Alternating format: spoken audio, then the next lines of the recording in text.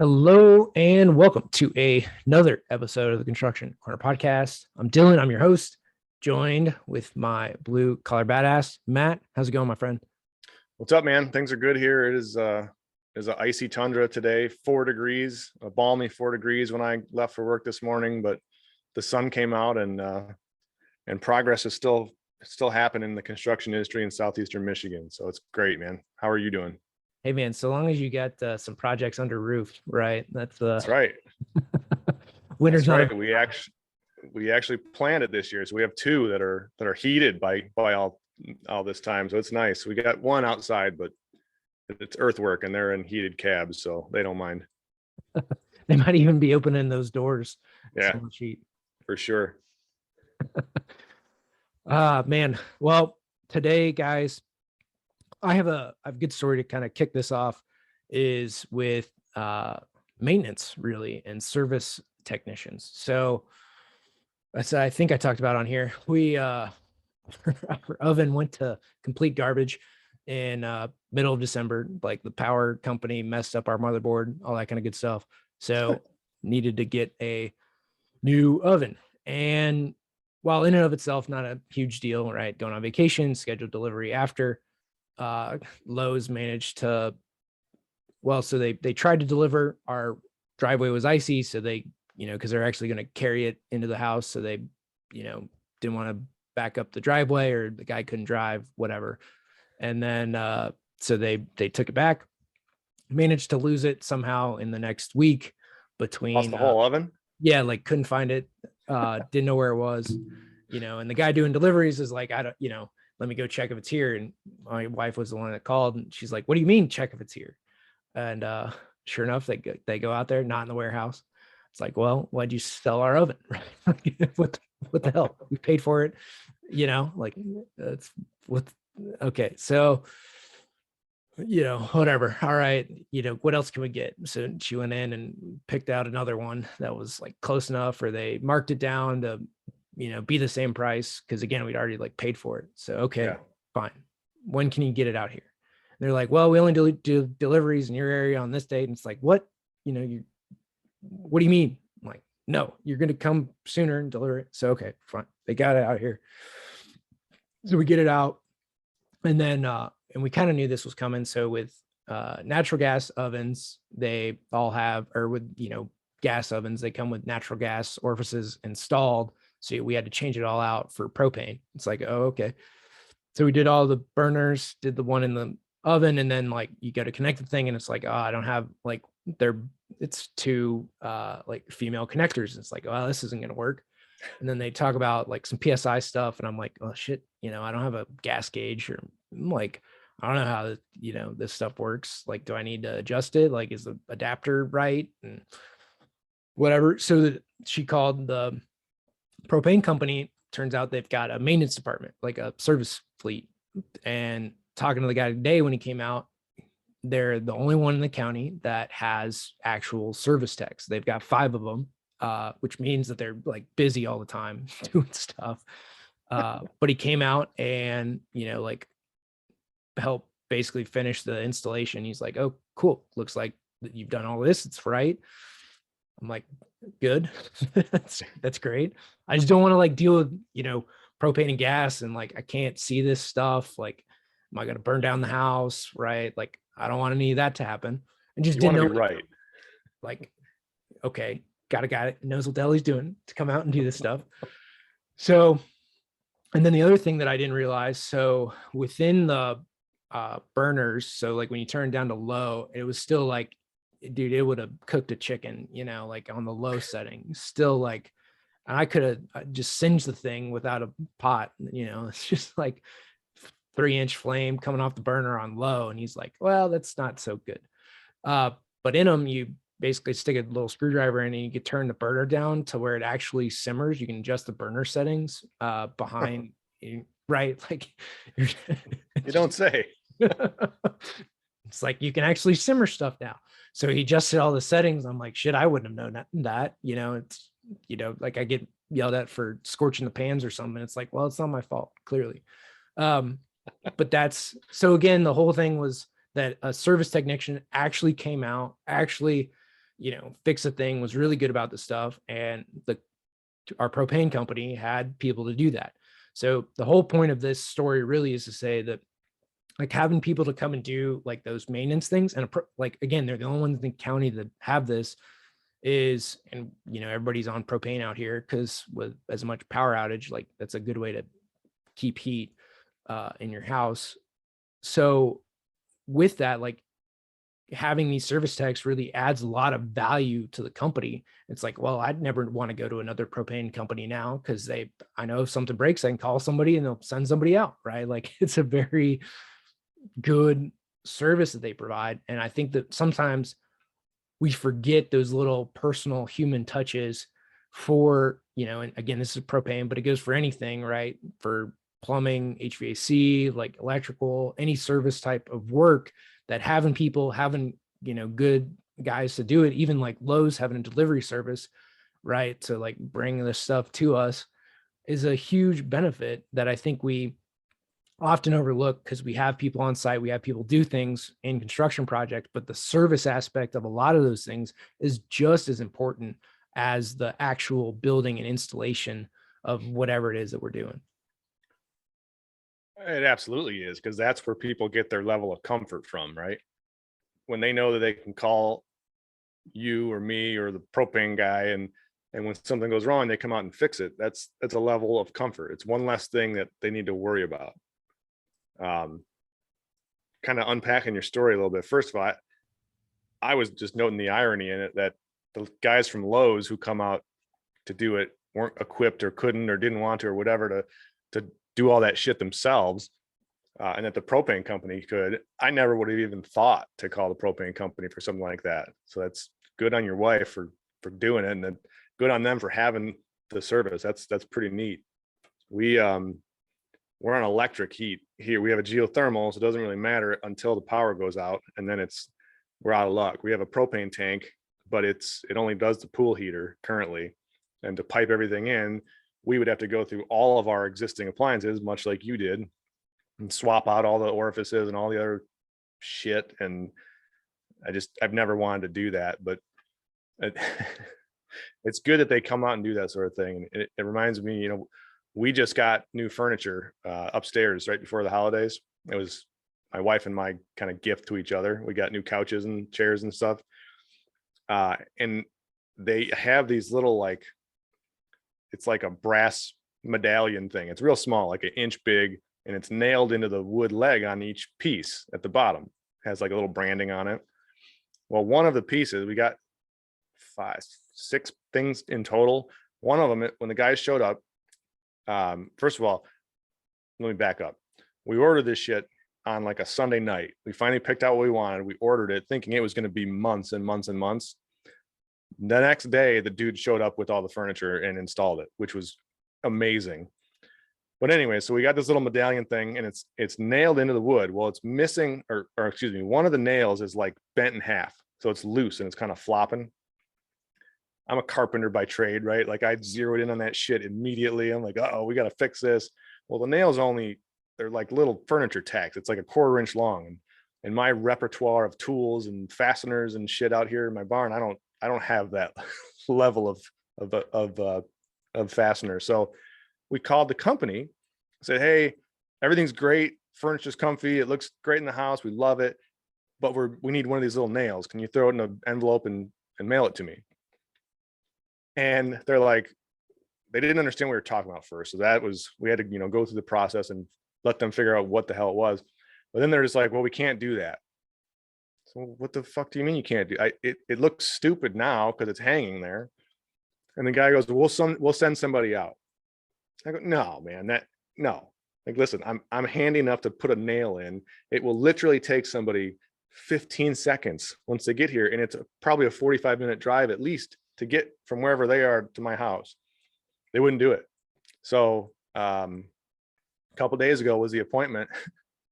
This poor dude drove for an hour from there, wherever they home base, shows up, he walks inside. I was working from home that day. So my wife and I are talking with him, and he's like, all right, so what's going on? I hear that all the staples are ripping out of the back of the couch. And we're like, no, dude, we're missing a 1/4 inch nail that holds on the little medallion. He looks at me and goes, are you serious? I said, hold on, hold on. We tried over and over again to just have him put it in the damn bag and mail it. So long story short, the guy was rightfully upset at his company. He didn't have the damn little nail on his truck. So he looked through every bin in his truck for this little thing. But much like on the same line of the story, you know, he was out here to service it. He recognized that something wasn't right, like the customer wasn't happy. So after getting through all the tumultuous beginning there, he was supposed to go back and he was going to get a whole bag of them and ship them to me. So we had extras. I have yet to see them. So if we don't get them, we'll be making another call and he'll probably be making another drive. But it was amazing to me. Like they pushed somebody in a van and shoved them out the door to go drive an hour one way just to come and keep me happy. I'd already paid for it. It's already delivered. I've already been sitting on it. You know, they could just as easily say, screw you. But it was cool. I mean, it was ridiculous, but it was cool that they did it. And so Never going to buy furniture from anybody else. Probably not, you know, I might buy stock in little miniature nails, but yeah, I don't know how much money's in that, but but that's the point, right? Like you're never going to do business with somebody else because they've treated you so well, even after the sale that, yep. And they delivered it. I mean, from purchase to installation was a day, which you thought it would be forever. Like they've gone above and beyond in all of their service. Oh yeah. I mean, it was not, the guys showed up at like 7 or 8 o'clock at night the next day after we ordered it. And you've met my wife. She's like making them food and, you know, giving them plates of food and drinks and stuff. And so they were happy about it. It's a win-win. And we had new furniture like 12 hours after we ordered it. They moved my old couch down to the basement for me. I threw them some change on the side because it's just to thank them, but like I couldn't move that thing by myself. So it's good to see. And we see it, you know, kind of tying it back to construction. We see it a lot. You know, once you commission a building and you fire everything up, especially on a new build, you know, stuff goes wrong. Like, you know, the building's got to work its kinks out, and that can take some time. And to have, you know, we know which trades, which subs of ours have really good service departments, and to have those guys on board and able to either, if I have to call them or if the owner calls them directly, knowing that they're going to run out there and take care of the problem, they're going to, you know, go deliver the 1/4 inch nail, whatever it may be. It's a reassuring feeling for me as a business owner. And I can pass that reassurance on to the client, to the building owner. Like, listen, you know, we talked about the other day with Bill Ryman about our 1-year lifetime warranty. You know, I don't like to advertise that shit, but that's really what it is. You know, we're there to take care of the customer because they are our best marketing ever. And so whether that's service during the project or service after the project, that's a crucial component to business longevity. Yeah. And even like Bill was talking about, right, 5 years later, he's still going to answer the call, right? Like it's built it. This is ours. This is our name. You know, we're going to take care of you. And I think a lot of people forget that, right? Or don't pick up the phone, don't call, don't answer. And, you know, it's pretty detrimental to everything that you're doing. I had a subcontractor that we worked with quite a bit. This is 3 or 4 years ago, and similar situation came up. You know, we had an issue with a previous install, and it was, you know, 16, 18 months after the fact. And I called the guy and told him what was going on. And he pulled the card and said, sorry, dude, that's out of warranty. We only warranty for a year. You know, I can do it, but I'm going to charge him. And I said, well, here's what we're actually going to do. Go out there and do the work. Send me the invoice. I'm going to pay it out of my own pocket, and you're never going to hear from me again. And to date, we've cut and severed ties completely with the guy, because I get it. You know, you got to protect your own interests. And there are people who will take advantage of that, of you being nice, right? And of trying to preserve the relationship. There's definitely some of those clowns out there, but for the most part, you know, people just want what they paid for. They want it to be right. And if you can't help them keep it that way, then you have no place here.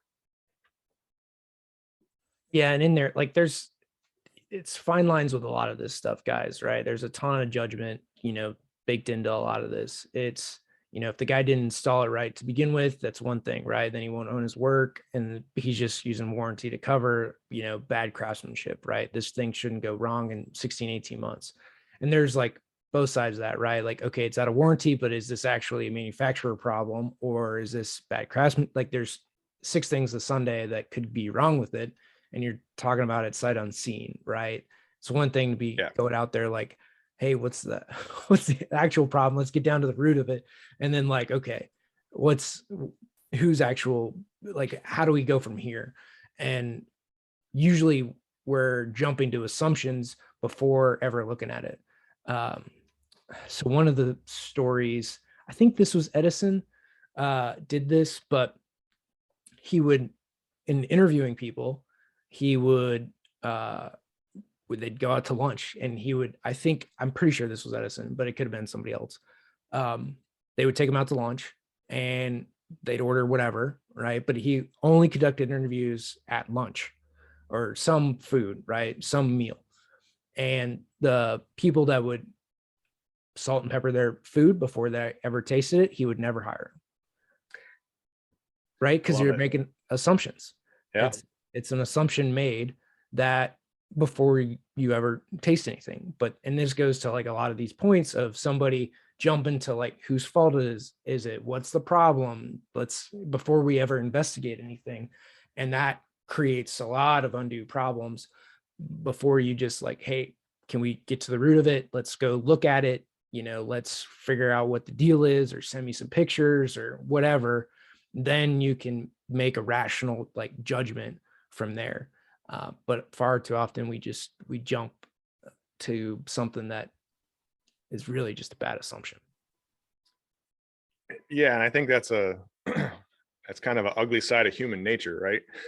We all want to blame somebody else right off the jump, whether or not you vocalize it or not. That's a different story. But, I think it's hard to accept fault, or it's hard to accept that, sometimes things just break or, don't function properly. And they're all there's machines and there's, mechanical bits and pieces in all these systems that we install, and, moving parts have the propensity to not move anymore. And it's really nobody's fault, but, especially when you tie dollars to that fault, then people get kind of wishy-washy and they can get downright mean about it at sometimes. Like, nobody wants to pay, let's say the HVAC unit blows a belt at month 13, and it's going to cost my HVAC company money to send their service tech out there to, pull the rooftop unit apart, climb in there, supply the parts, all this stuff. So there's a definite balance, right? Now, do they pass that cost on to the owner because they legitimately, contractually could, rightfully could, or do they swallow it and just take it as a loss and hope that goodwill towards another human, towards another client, is going to reward them with future business? I can tell you the folks that we work with a lot, opt for the latter within reason. I mean, there's times and places when it's just enough's enough. Okay. But, I think it's always good to err on the side of giving a little more, give, and you'll get type theory. Yeah. Man, I have mixed feelings on some of this too, because I've been around long enough for, we'll get you on the next one, right? And then the next one never shows up, and I think a lot of guys that have been in the industry long enough too, like that, you all know what I'm talking about, right? Where, hey, we got plenty of projects in the pipe and we'll give you all this work. And it's like, I'll believe it when I see it, right? Yeah. So there's that side of it too. Now, if it's a long-standing client, yeah, man, like you preserve that relationship over everything else. You still go above and beyond. But I think in construction, like it's like you still want to give, like I still want to believe that people are going to do that and go above and beyond. But at the same time, like, why did you actually use me on this project? Was it because you had a desperate need and you're going to go back to the guys you've always been using? Or was it like you really want to give this a shot and opportunity, and then that's a different deal, right? So I think there's a ton of nuance in this, because so often, like they're going to go back to the guys they always use and their buddies, and like, are you actually in, or was this like you had no other option than to use me on this project and you have no intention of coming back, but you feed the same line of BS to everybody? And that's, I think, you got to know who you're dealing with. And I totally agree, and going above and beyond. And I do that in a lot of things, but at the same time, and not to paint the whole industry bad, but there's a notoriousness of, we'll get you on the next one type of thing. And it's, again, I prefer to go above and beyond and do more for people, but there is a line, and this is probably my old age, there's a lot more nuance to it than, I thought when I was 25, right? Well, there is, and I'll throw up the flag. I mean, this is a problem with old school general contractors, right? That is the stereotypical GC. I'll get you on the next one, or hey, I need some help. I need it right now. We'll take care of you. And then they never do, or the next one never comes, or like you said, you go back to using your buddy. And it drives me nuts. I follow a couple people on LinkedIn who 80% of their content I really like, I really mesh with, and I interact with them. But the other 20% is nonstop bitching about general contractors. And while I get it, I get where they come from, because I've seen this sort of behavior. It's also, I feel it's my duty to stick my foot in the mix, or stick my face in the mix, one of the two, and open my mouth and say, all right, hey, it doesn't have to be like that. We're not all assholes. You can't broad brush it just like anything else. But, there's also that nuance of bringing a new guy as a GC, of bringing a new trade, a new subcontractor into the mix. And, we seek to build our team. I talk about our team all the time, and our subs, our trade partners, they're all part of that team. And so when you start fostering that team mentality, it can be counterproductive to bringing new folks in, because it's hard then to say, all right, here's an opportunity that I think would be a good fit for somebody else, which means I got to take my team member now and move them out of the way on this project. And in a perfect world, there's another project waiting for them and you have enough to fill. But, even with us, as we're growing in leaps and bounds, but we're still doing 3-4 projects a year, maybe 5. That's not a lot of opportunity to bring in a new list of people to try them out. And so I think you get that back and forth, because the sub's going to think the same thing. Why are you picking me on this one? Are you just trying to screw me? Did my estimating department really screw up the number and you're going to hold my feet to the fire? Or are you, doing what you preach about, and you're actually trying to expand your team and expand your network, and you're a good person? You got to make that decision as a sub, just like you do anybody. I mean, we got to make the same decision with clients. Why are you choosing us? Why are you hiring us? Is it because I screwed up and, I bid a 2-story building and it's really 3 stories on the drawings? Or, what's your motivation? What's your intrinsic belief about this project and this potential relationship that's driving you to pick me? And that's, risk of doing business too. I'm not crying about it, but it's definitely something to consider. And I can see the hesitancy in some of the trades to go and just do free work, go and do the service calls and the maintenance, or the warranty work rather, and not charge for it. My guys that I've worked with for 20 years, it's not even a question, not even a hesitation on their end. No problem. If Matt calls, he's doing it because he needs it. We're going to help him out, and we take care of them on the flip side. But, the new HVAC guy that I'm going to meet with on Monday, I can't expect him to have that same mentality yet. We've never done a project together. Well, and that's spot on, right? Like the guys that you have a 20-year relationship with know what to expect, and vice versa. And the new guy you have to treat as a new relationship, right? Like go back to the start of those relationships with everybody else, and like, how did you treat them then?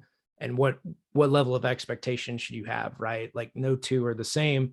And I think we broad brush a lot of this, and it's, it happens in the design world too, where everybody gets beat down on fee or beat down and whatever. Like I was talking to a buddy this week, and he's an architect and working on projects, and they were doing a design build. It wasn't, like the actually led as a design build project. It was led as like a typical design bid build, right? And where this was supposed to be where the subs were going to do all the shop drawings and finalize CDs and all that kind of stuff.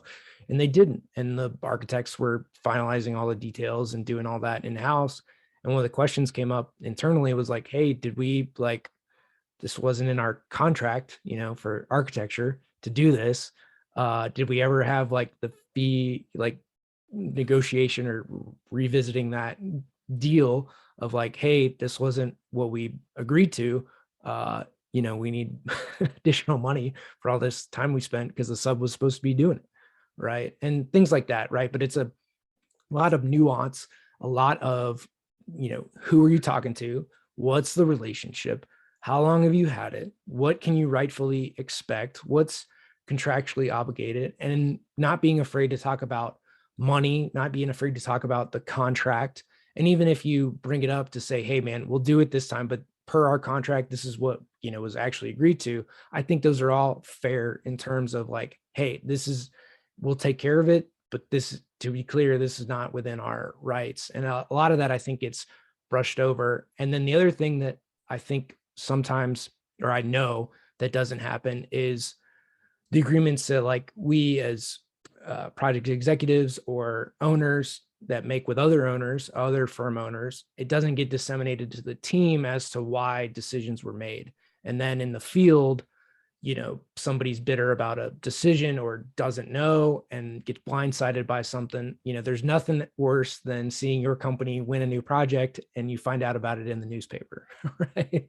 And that's, a lot of this gets happened or what's in the contracts, and those agreements or wins or things like that don't ever get disseminated to the team. And that breeds a lot of resentment, frankly, across everybody. So this whole point about open communication is really what we're getting at, is have an open dialogue. There's a lot of nuance in here, and you can't broad brush a lot of these strokes, even though as much as we'd like to, you will shoot yourself in the foot more times than not by doing that. Yeah. And it's, it ties back to a topic we've talked about a lot over the last year, and that, sometimes you just have to have tough conversations, and hashing out scope on a contract it's never fun, right? I can't think of a single time that I've been going and having one of those conversations with an owner, with a sub, with a lawyer, that ever I once thought this is actually enjoyable. It sucks, right? It's uncomfortable, but it has to be done. And you have to play in this game, this crazy game of construction where contracts are what we live and die on. You have to be able to have those conversations. You got to be able to communicate effectively. You got to know what hills are yours to die on, right? You have to know where your boundaries are. But it's all that art mixed with science. You can't, the stodgy old assholes are falling by the wayside in construction, whether the design guys, the old arrogant asshole architect, or the crusty effer plumber who doesn't like anyone and they can't talk to each other because they're of different social statuses. And those people are going away. The industry is changing. If you can't take all of those elements and kind of blend them into a pot and pour out some concoction that looks appealing and tastes good to everybody, you're going to lose. You're just going to lose. And I've got boundaries. I just sat through 2 months of negotiating a contract for a project, and we got attorneys involved, and it was an absolute headache. It was not fun. There wasn't a single part of it that's fun. I haven't received my bill from my attorney yet. That will not be fun when I see it. But we stood our ground. I stood my ground. And at the end of the day, whether or not we signed a contract, it doesn't matter. I know that I'm going to be able to look at my team and say, okay, either we're entering into this agreement and here are the terms. Don't worry. I fought for us and I got this, and this, or we're not doing this because I wasn't going to put us all at risk and put you folks in the field or in the office way behind the 8 ball before we even started. Just letting everybody know puts you at such an advantage, right? On either side of that decision. Because, word gets around one way or the other on what's going on. Yeah. And it's, who's controlling the narrative? Are the guys in the field controlling the narrative? Or are you as PX, as owner, as project manager, controlling the narrative? And those are two very different dialogues. Oh, absolutely. And as a leader, you damn well better be able to communicate the actual narrative to your team, and you got to know that your team's not spewing it out the other end, right? I mean, you have to build that consistent communication from top to bottom. Everybody needs to know what the vision is. Everybody needs to know what the obligations are in a contract. They need to know, they need to represent you and your company and your core values, right?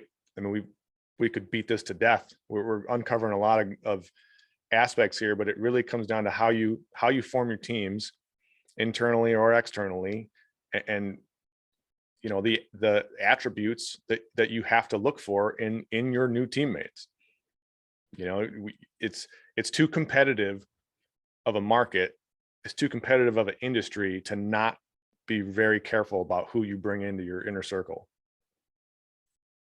Yeah, I mean, and this goes for everybody that you use, vendors, everybody up and down the chain.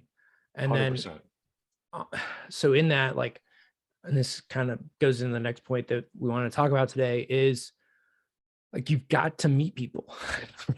You've got to find ways to meet other, and realistically, guys, like, the reason that I started this podcast 3 years ago was because most of construction never talked to each other, right? In the same town, you had firms that thought you had the secret sauce. And if you talked to another engineer at another firm, you were a traitor and should be hung and, quartered at dawn, right? Like that was how, like, am I like, that's a real thing, right? Like, I mean, it still is. Yeah. I mean, if you talk to another contractor or you had a conversation with another, you thought everybody was jumping ship. And for the most part, you're probably right. But it's like there was no open dialogue ever. So you had this incestuous thing of, I'm only going to talk to people in the company, and those guys have been here for 40 years. And well, you don't get anything new. You don't have any like improvement when you're learning from the same guys that have been there for 40 years that learned from the guy that was there 40 years ago who was carving drawings on stone. Like you're not learning anything. So the whole point of this is, like, you've got to expand your network. You've got to get out and meet people. If you're a contractor, probably meet people, either if you can't do it in your local market, in other markets, in groups across the US. And there's a lot of good people out there, or just even in your local area, like other business owners or people that are doing the same thing that you want to do and get better, right? Like you can learn from other industries. And frankly, that's probably where the most impactful lessons are going to come from, is from people outside of whatever you're in, right? Whether you're a specialty contractor, whether you're a GC, whether you're an architect and engineer, right? The most impactful things are going to come from outside of whatever it is that you do. And so by meeting people, by getting out and talking to people, learning about, different ways that people communicate or market or lead, you're going to have different things to do, which means you're ultimately going to get better because it's different than what you've always done and what the industry's always done. So I find that a lot of us do not get outside of our circle, whatever that might be, whether it's the guys at the bar or whatever circle you might be part of. I've had a lot of conversations here and bring a ton of guests. So we do have like a lot of guests lined up for you guys this year. And in doing that, right, we're getting out, we're meeting new people. We're going to bring on new people for you, our listeners, for the show. And in that, you learn new perspectives, new ways of doing things. And, like having Bill on and talking about social media, right? That's probably something you haven't heard or seen done by a person in construction. And Bill's one of the better guys I've seen doing it. it's disruption of thought, right? Because when you stay in your tub of vanilla ice cream all the time and you never get into the sprinkles or the strawberry flavored or anything different, you get the blinders on, right? You're a horse in the racetrack and you only do one thing one way, but you get outside of it. And I loved what you said about, networking with people outside of your direct industry. Like, that is thought disruption. It makes you stop and be like, well, holy shit, I could do this. I could do what this guy in architecture and engineering is doing in his business. I could take that back to my construction company, and nobody's doing that. Maybe I can affect some really good change. And it's constant learning, right? We all should be constantly striving to learn. And that's the name of the game here. And getting different perspectives, getting with different people, that's why Arate is so powerful. Dillon and I are both in Arate. It's a mastermind entrepreneurial networking group at its core, and it is essential to be able to talk with people that aren't in your industry. There's more construction guys in it now, I think, than there probably were in the past years, but it's not like construction is a bulk of that group by any means. So you got to be able to network, and you got to be able to talk with people. And I've learned a ton from talking with marketing guys or guys that do software, right? Or, there's value you can exude from every conversation you have with every single person. But you got to be willing to put yourself out there and have that kind of awkward first date weirdness. Yeah, and it just takes a simple intro, takes some follow-up. These things aren't totally hard to do. So this is from Renegade Millionaire by Dan Kennedy, who, if you haven't read any of his books, you should. But so the Social Security Administration back in like the 60s started collecting data on everybody and how much money they had, when they retired and died. So 20% of people are broke. They like dead flat broke, welfare, government support, right? That is 20% of all people. And you can take it basically any population and you're going to get this. 60% struggle financially endlessly, right? They're always paycheck to paycheck. They have like no money and don't really know what the hell they're doing. 15% make a good living, right? They've got maybe a few months saved up, like they're okay. They probably have their house paid for when they retire. They're not going to go on any big trips, but they're going to be okay. 4% are prosperous, right? Like they've probably got a year's bunch of money saved up, right? Like they can weather a storm. They're not worried about paying for tires on their car, right? Like 4% of the population is prosperous. And then 1% are rich and actually know what the hell they're doing. So you basically have 20% are doing just fine, and 80% are complete idiots that have no idea how to find their way out of a paper bag. So when you look at your industry, right, like if you look at what the industry norms are, and again, we're going to apply this to construction, but this goes for everybody. If you apply the industry norms, 80% of people are complete idiots. They're doing what everyone else does, and they're getting the same results, which are poor at best. So if you do the opposite of what the industry norm is for the and especially in marketing and sales, you're going to do better than everybody else, right? Like if you have somebody physically answer your phone instead of those godforsaken automatic answering machines to press 4 for Spanish, then you're going to do better than everybody else, right? Like if you have a legitimate person to answer your phone, you will get more than everybody else simply because you had a person to answer your phone. Like, very simple thing, right?